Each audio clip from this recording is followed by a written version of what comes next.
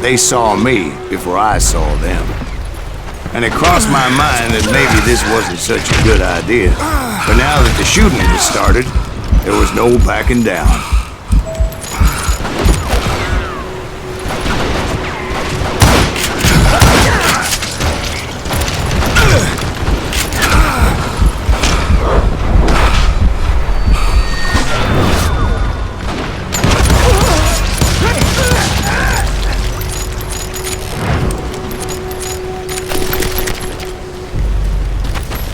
It was rugged country, the winter home of the Chiricahuas, and that's why they had retreated there.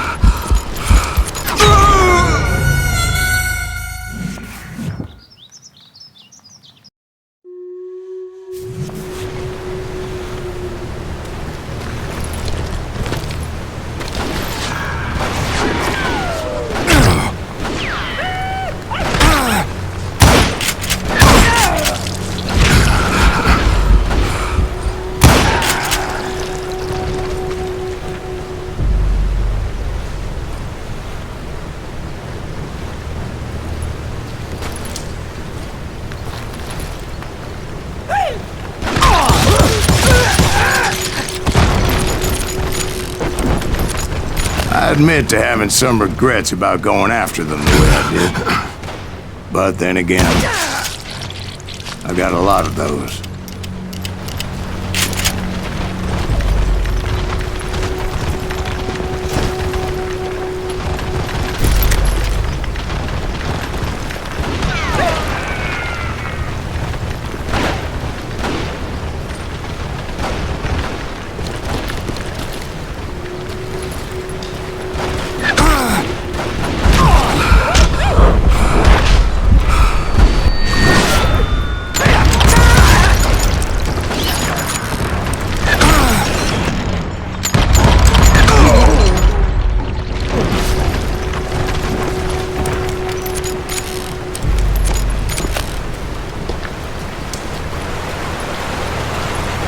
Did you find Grey Wolf?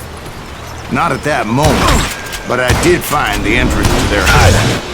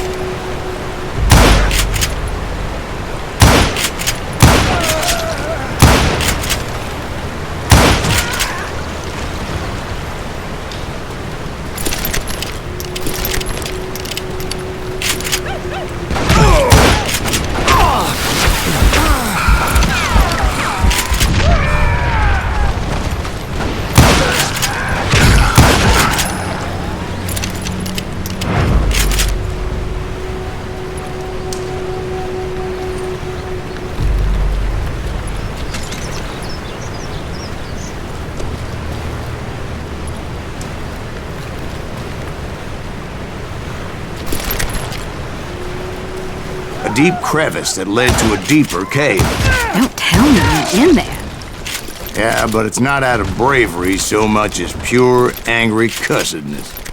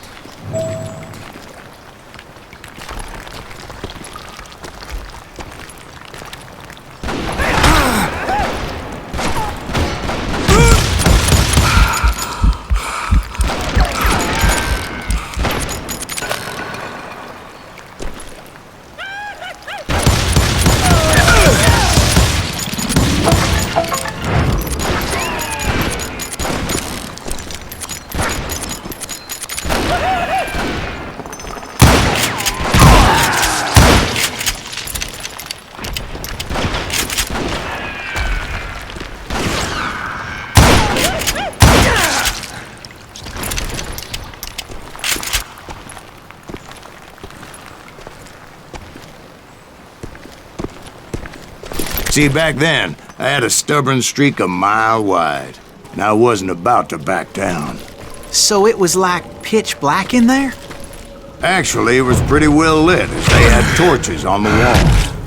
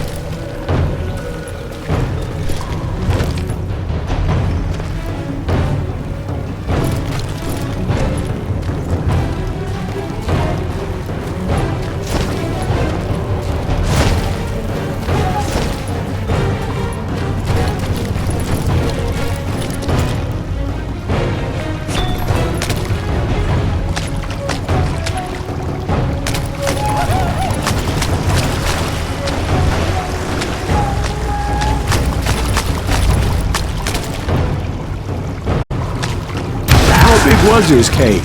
Big as hell, Ben. Chiricahua had hid out there during the Indian Wars.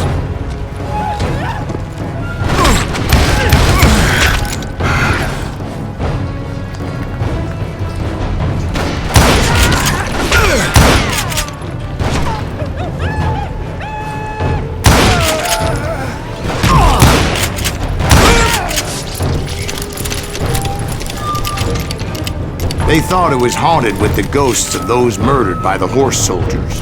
The cave was haunted with dead Indian ghosts?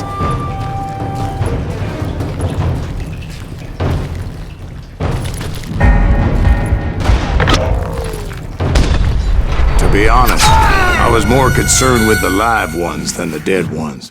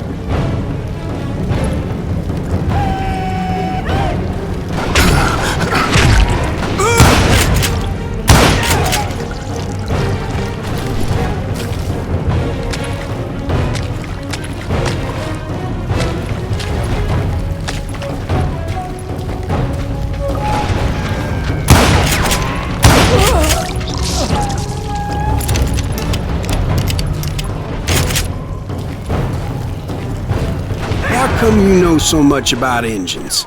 A few years back, I was married to two Mescalero women. At the same time? Yeah, they were sisters. Polygyny is traditional among the Mescalero. So what happened? Oh, I had to get out of there. Those girls never shut up. Both of them nagging at me all the time. Drove me half crazy. Haven't seen them since. No, I mean, what happened with Grey Wolf? Oh, well, I pursued him into the Cave of Death.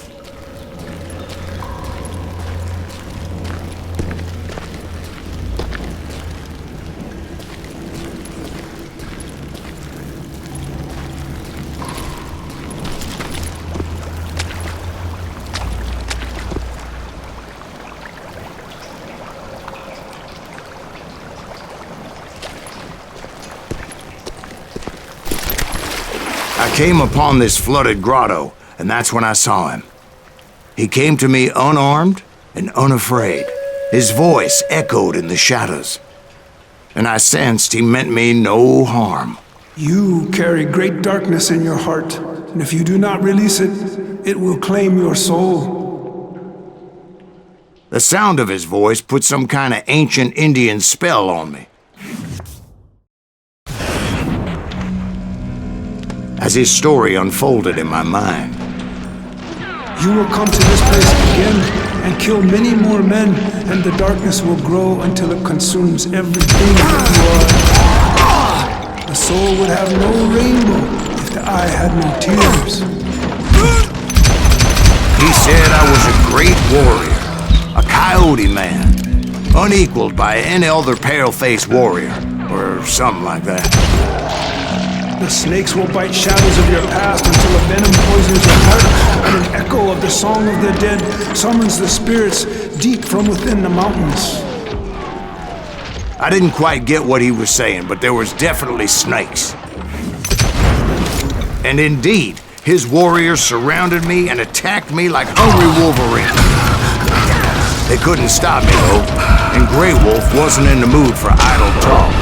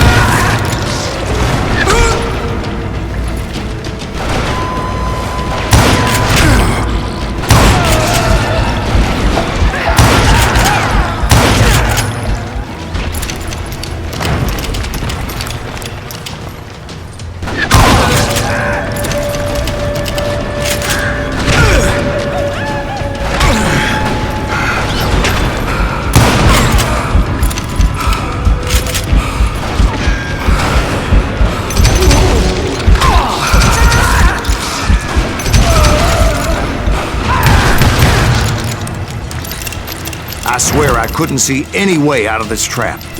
But suddenly, one just appeared. Kind of like a miracle.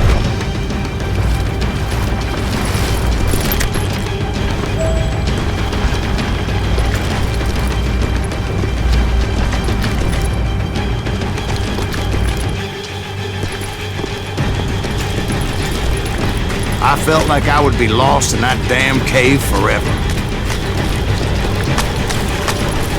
Finally, I found myself back outside, perched on the edge of the precipice, overlooking a thundering whitewater river.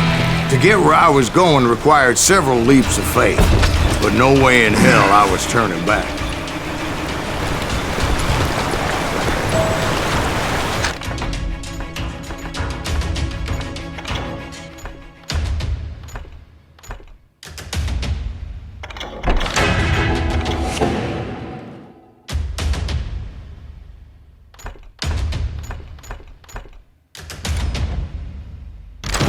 I chased after him, determined to make him explain the meaning of all that mumbo-jumbo.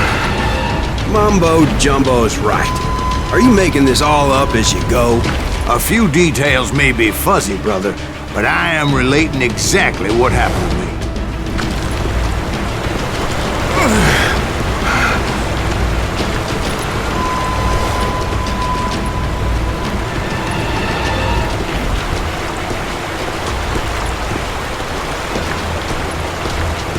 There were dozens of Apache warriors aiming at me from on high. Dozens? Well, maybe not dozens, but there was a lot of them. At least 3 or 4. Well, more than that, little lady.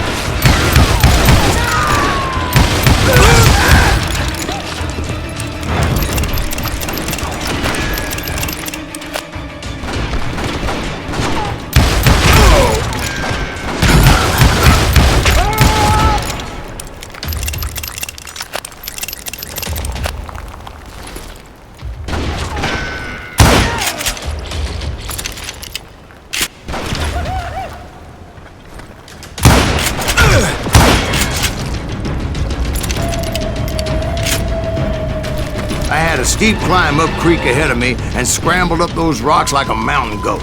I was determined to locate Grey Wolf and find out exactly what the hell he was trying to tell me.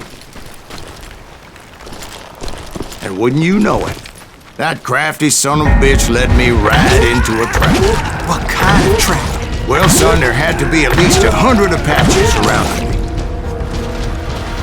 100? God be my witness. Oh, come on. Who are you kidding? Hey, I believe you. Come on, tell us how it ended. All right, but I'm not gonna drag this out. Where were we? You were surrounded by 100 Apache warriors. Well, I didn't take the time to count them exactly, but there were a lot of them.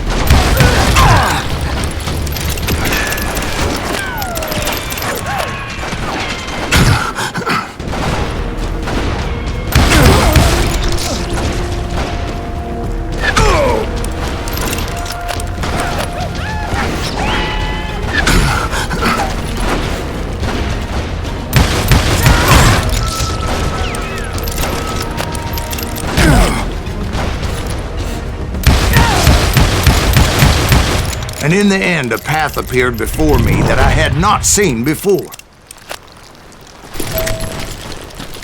I followed it as I desperately needed to find out what Grey Wolf was trying to tell me.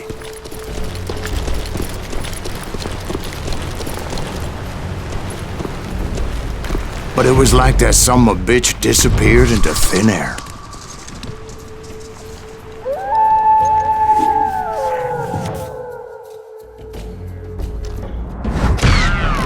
never did find him. And never did collect my goddamn bounty.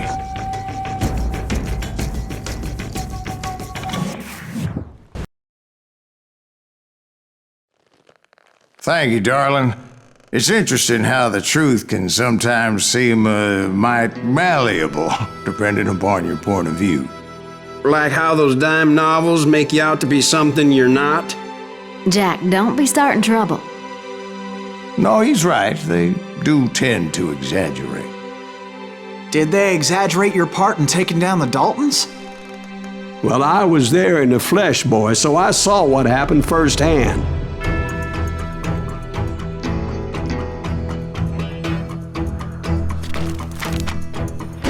Those Daltons were lawmen once, before they all went bad, robbing banks and trains clear across the territory. Until Coffeeville, of course. I was one of the citizens who took up arms that day. Fighting on the side of the riot? I did my best, sir. We all did.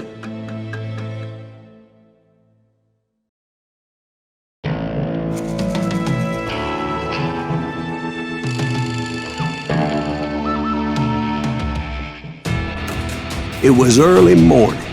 One of my friends was a local gunsmith, and he handed out firearms to anybody who'd take one. You see, the Daltons got it in their heads to rob 2 banks at the same time. 2 banks on the same damn street.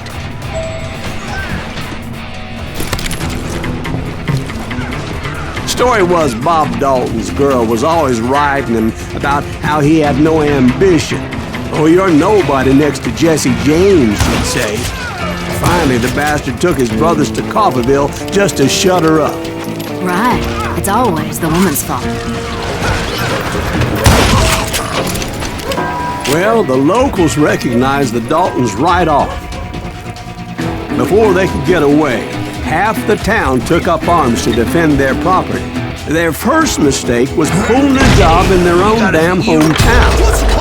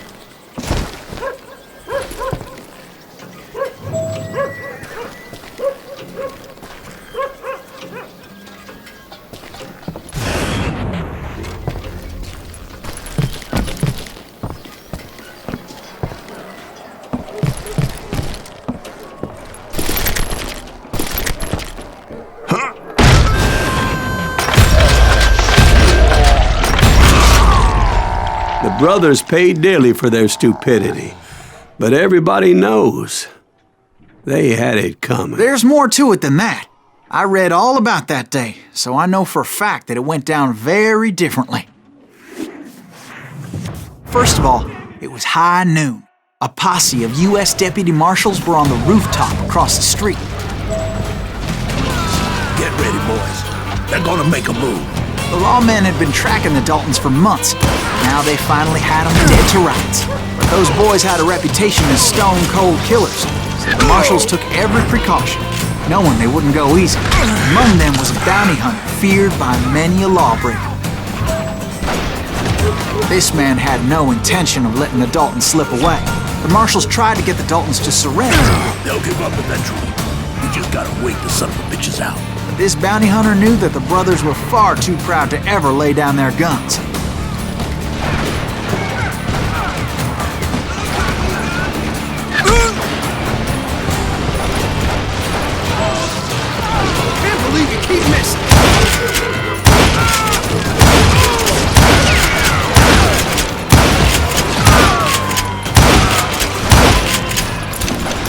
he went in there alone to confront those criminals. One of the marshals shouted, "Where are you going? Are you crazy?" Hey, where do you think you're going, dumbass? That rifle's mine. But he paid him no mind. He saw a way to get around to the back of the bank. Then he figured out how to hit the Daltons from a direction they weren't expecting.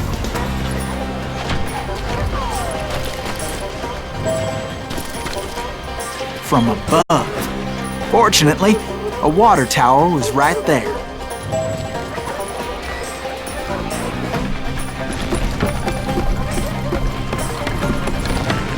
A moment later, he was climbing up a steep ladder, laughing at danger as he did.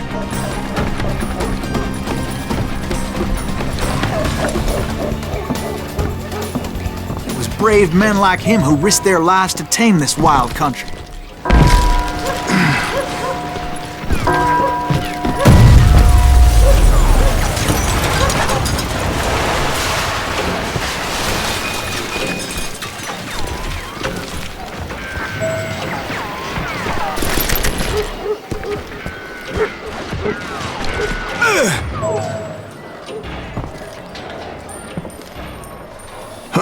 We've got company.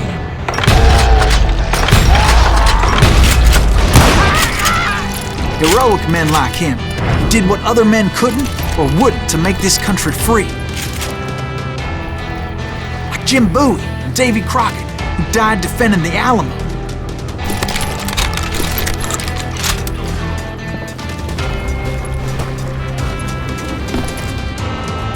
Is that Silas Greaves? Son of a bitch!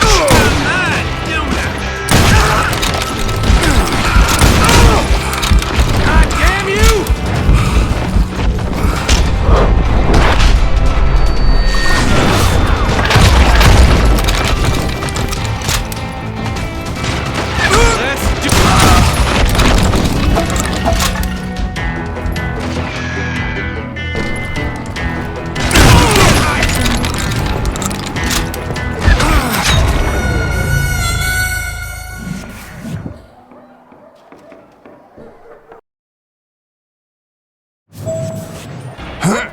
We've got company!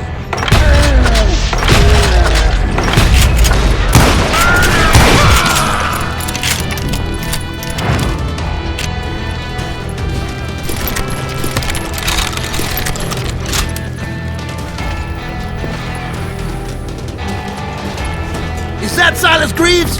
Son of a bitch!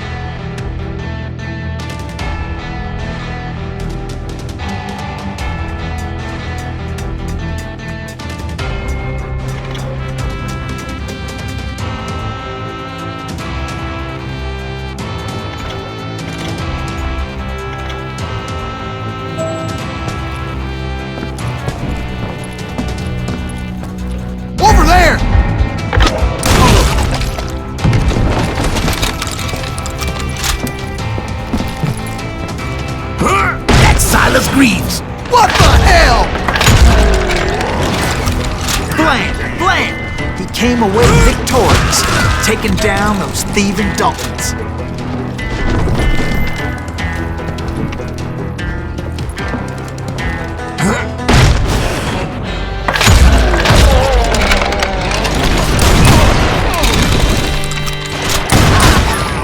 His name was Silas Greaves, and when the dust finally settled, he was the last man standing. Sorry, kid, but that just wasn't the way it happened.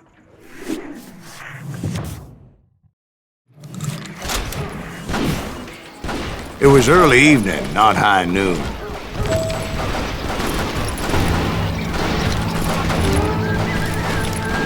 I was late to the party and Coffeyville was already up in arms. The Daltons blew up a safe and were all set to hightail it out of there. Those pathetic deputies surrounding the bank were dropping like flies.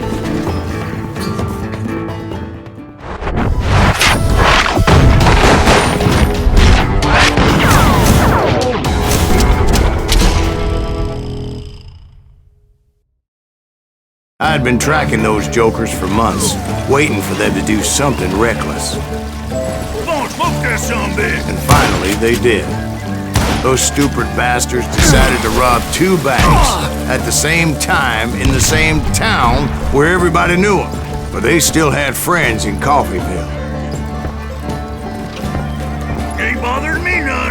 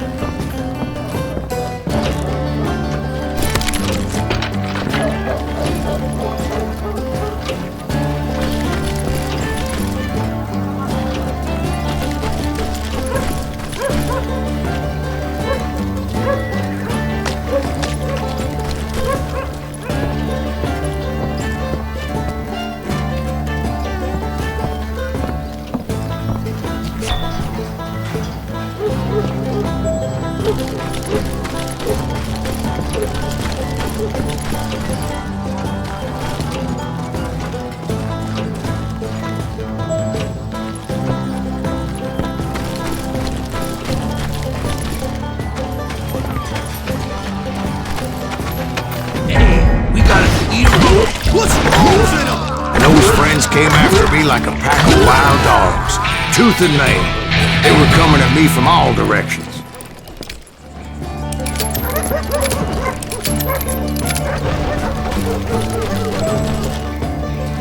I caught sight of the Daltons running with the money and didn't want to lose them.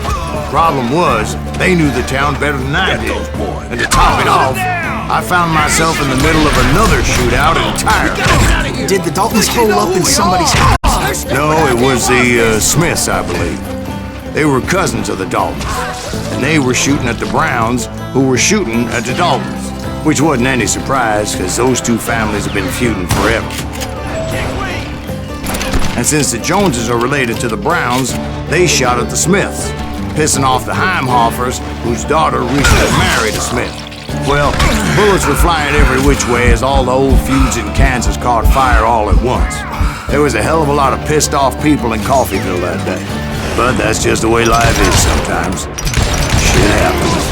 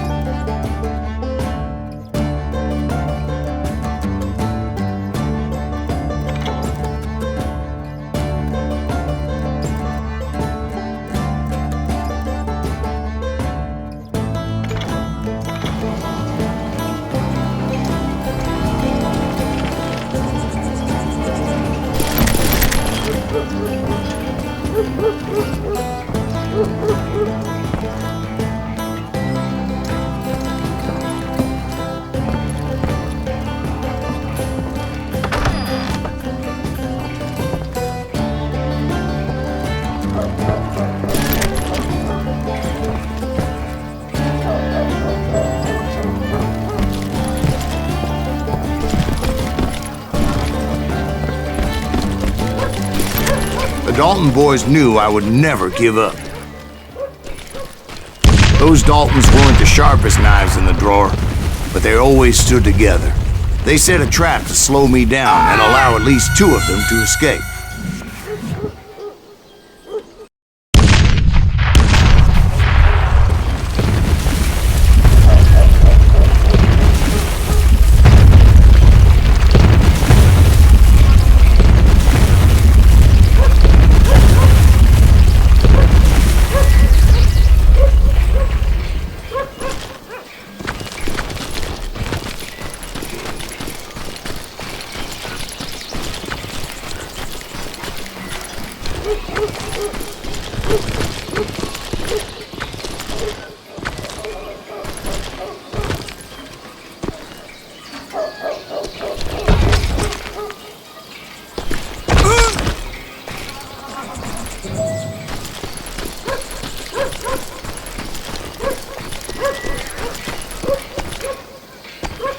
It was Emmett, the youngest, and he decided to stand his ground and face me down.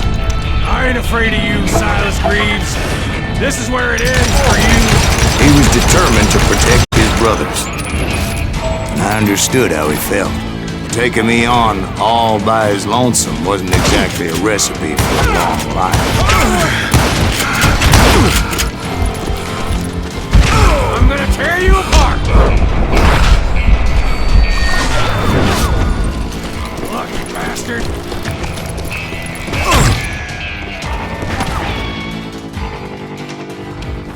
It's hog killing time.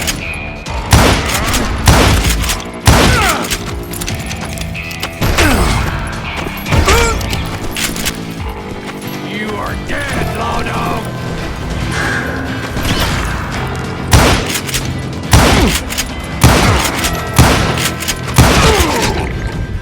But Emmett Dalton survived the robbery in Coffeyville. He's the only Dalton who did. They say he was shot 23 times. Well, Dwight, who do you think put all those damn holes in him?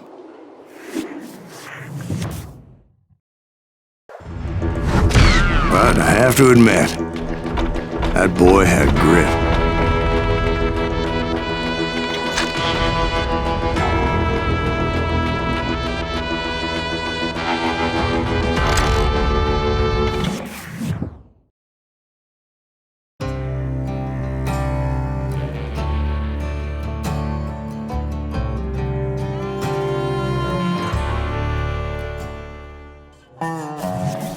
We'll get those suckers!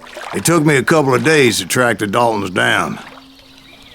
They can't get away with this! And in that time, a whole posse of local vigilantes offered to lend a hand. We'll track him to the ends of the earth. They seemed as determined as me to find those outlaws. But as we headed into those swamps, it was like I had my own private army. There was no way those boys were getting away this time.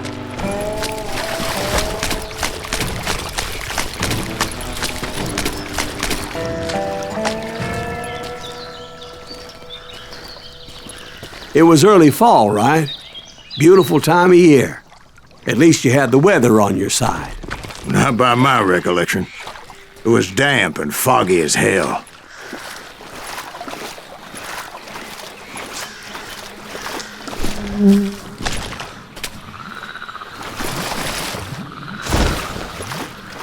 It was tough to stay on a true course, so we kept an eye out for landmarks.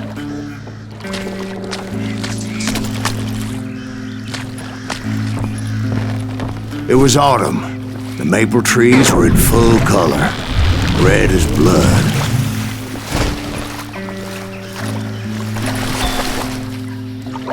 The rains that year were torrential, so the whole area was flooded. The vigilantes had spread out wide, and pretty soon I couldn't see anybody.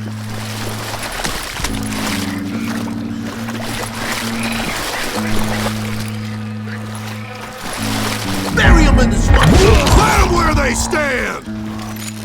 Except for some bitches ahead of me wanting to do me harm. So I had to face them alone. I wondered why my compatriots didn't come running when they heard the shots.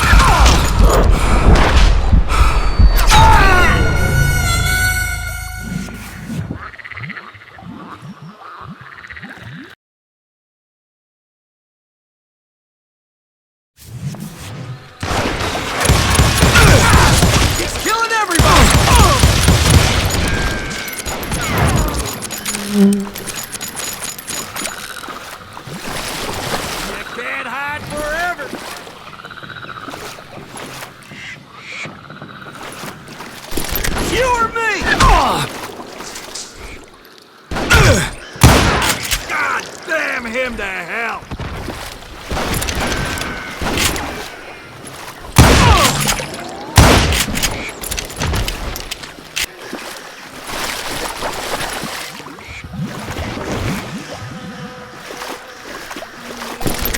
So did you find the Daltons?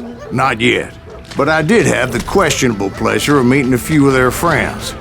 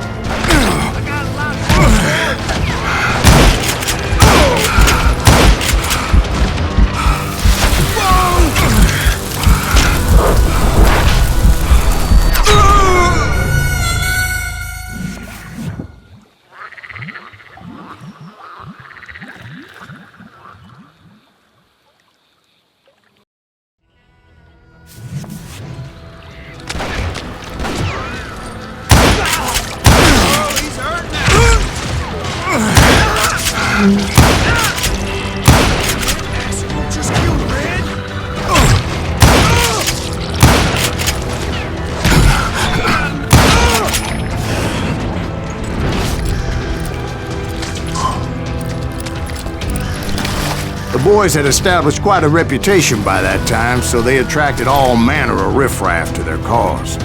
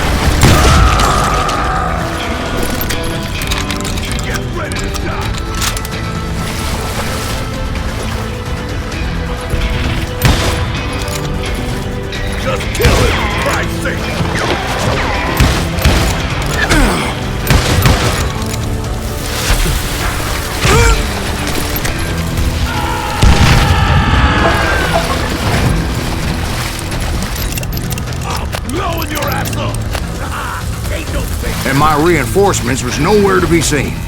Point being, I was under serious attack.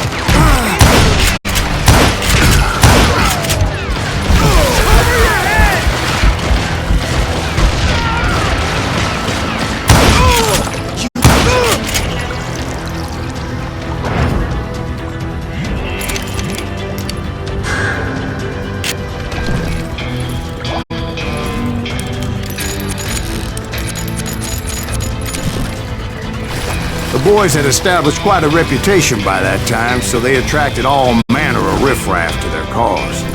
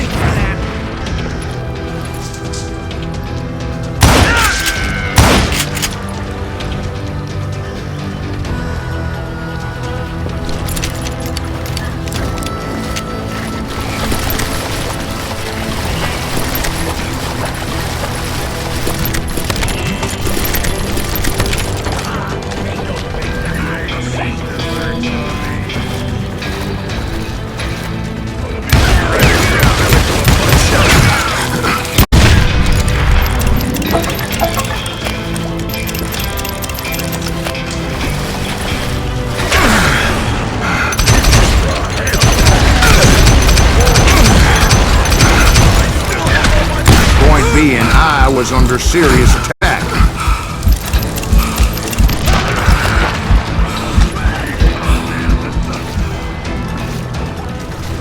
I'm blowing your ass up.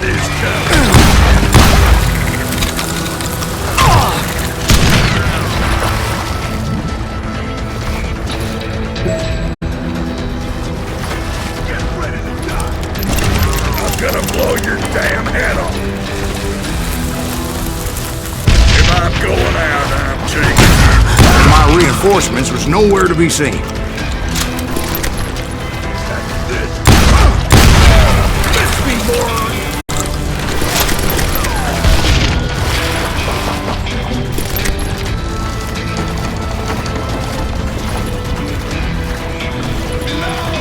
Let's see what you got.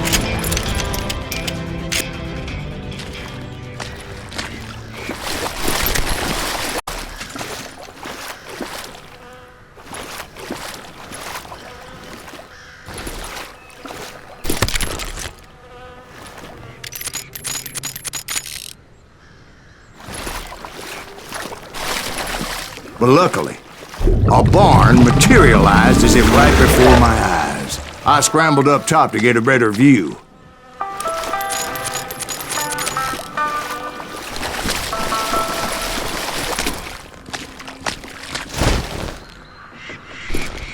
But just ended up falling inside. So, how did you get out? The barn doors was open. About right then, I saw some suspicious characters running for the bushes. Of course, I followed them. But that goddamn swamp was like a goddamn maze, and pretty soon I had no goddamn idea where I was. Steve? So I just started walking, and pretty soon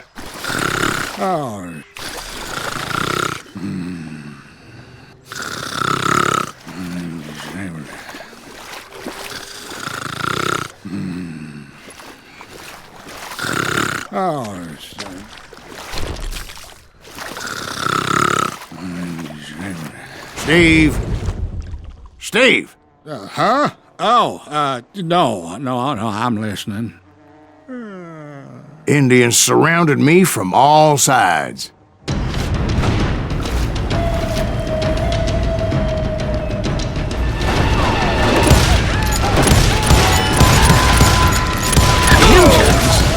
They were Indians.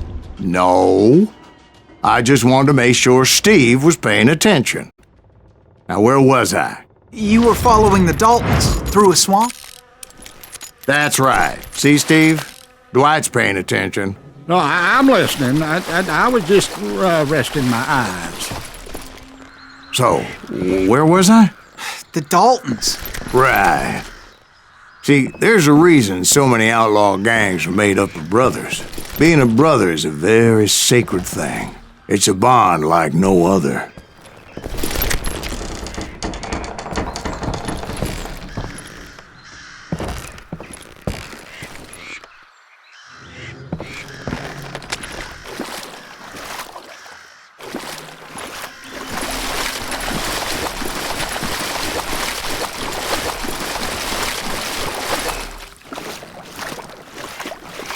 Bounty hunters! Stop that, son of a... So did you ever find the damn Daltons? Not yet, but I did find a few of their cousins. You Kansans breed like rabbits. More Smiths or Heimhoffers or who knows what.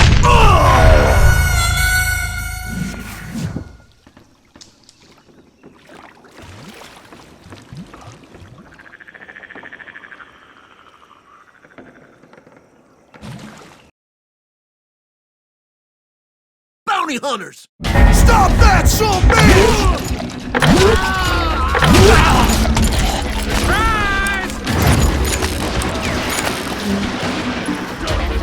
Can't beat us all!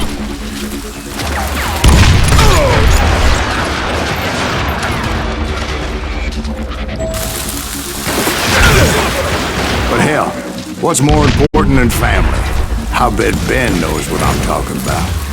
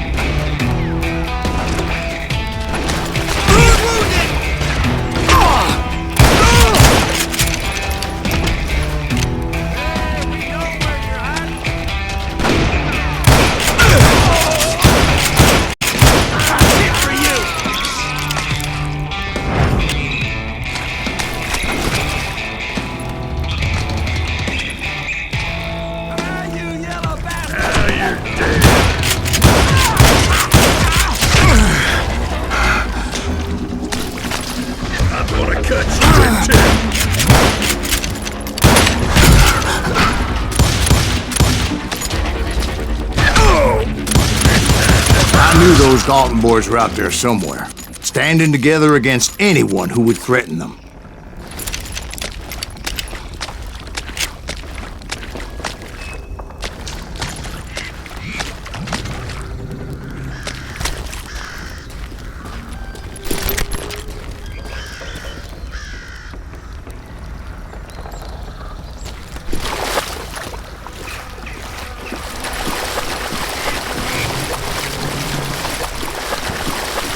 And that's when I saw it. A goddamn steamboat. A steamboat in a swamp? Yeah, Steve, but this wasn't much more than a wreck, really. But how'd a damn steamboat end up in the swamps? Guess it floated off during the flood of '89. Now, was it a stern-wheeler or a side-wheeler? What? Does that really make a difference, Steve? It was a steamboat with a goddamn army on board.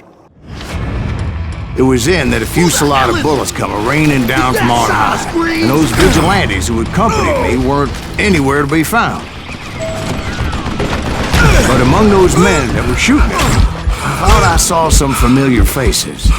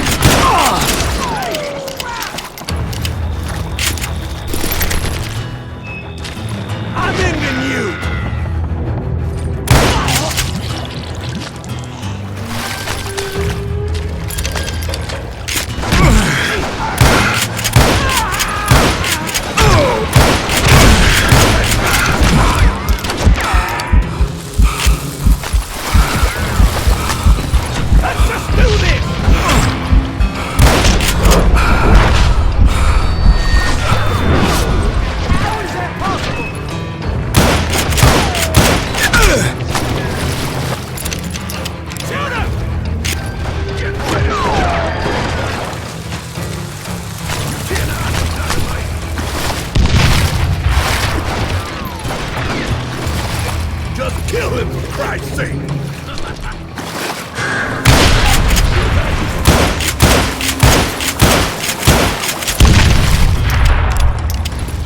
Get around it! Miss me, moron!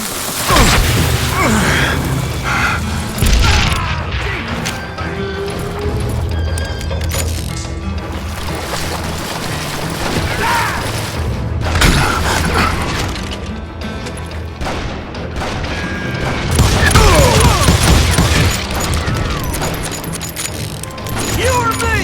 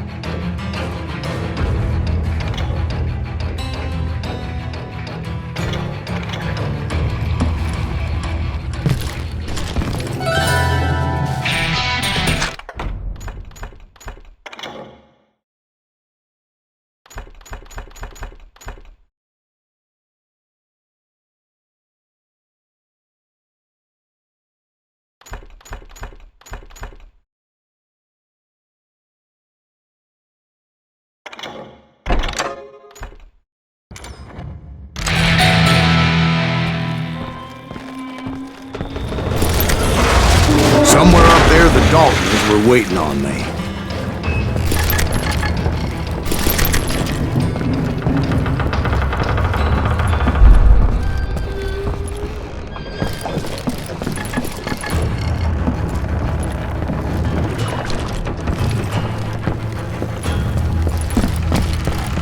You can't hide from me!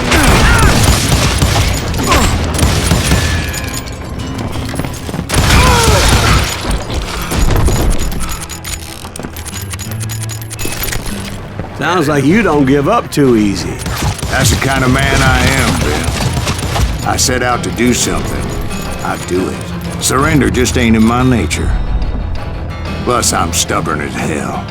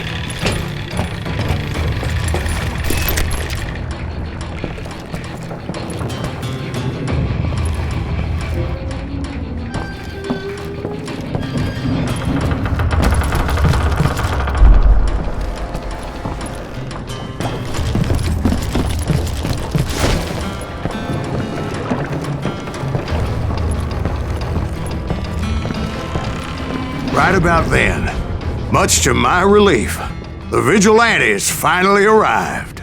Their leader motioned at a cabin in the middle of the top deck, pointing me directly at the Daltons. I finally had them, after months of dogged pursuit. But it turned out that they had me. Take him out! I'm sending you to hell!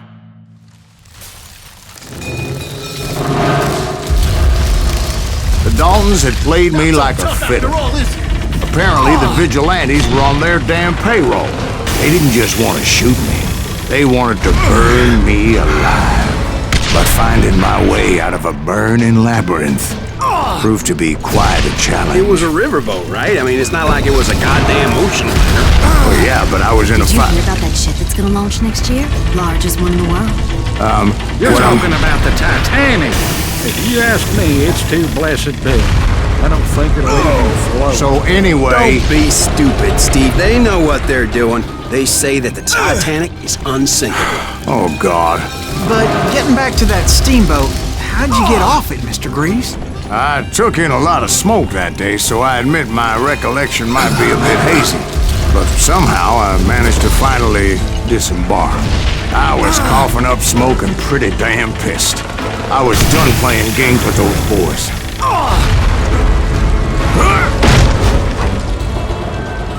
It was time to settle this once and for all.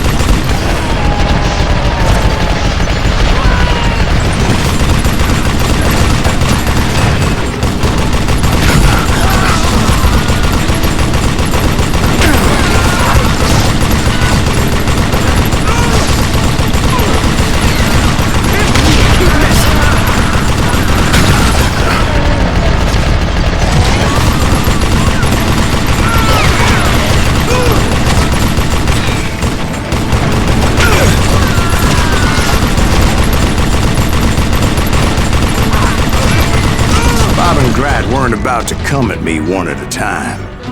They were in this together. Two brothers side by side, determined to take me down. Confident that this time the odds were on their side.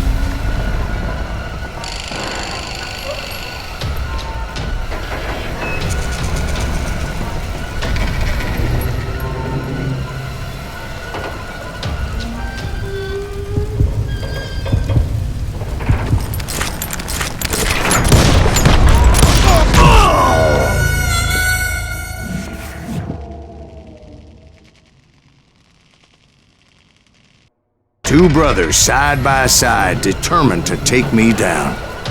Confident that this time the odds were on their side.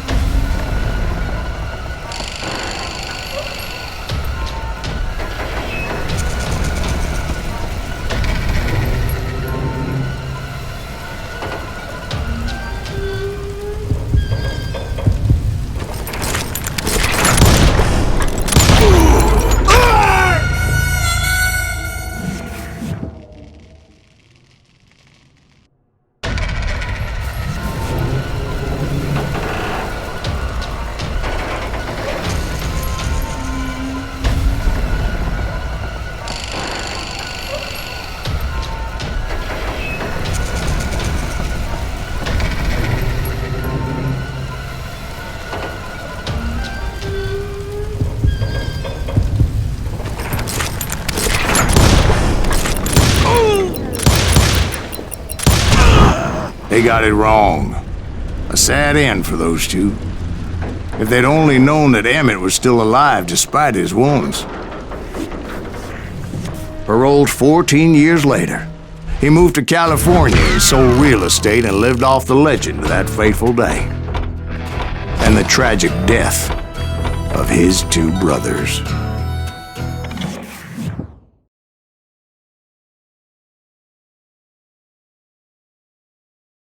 My own brothers died tragically as well, truth be told.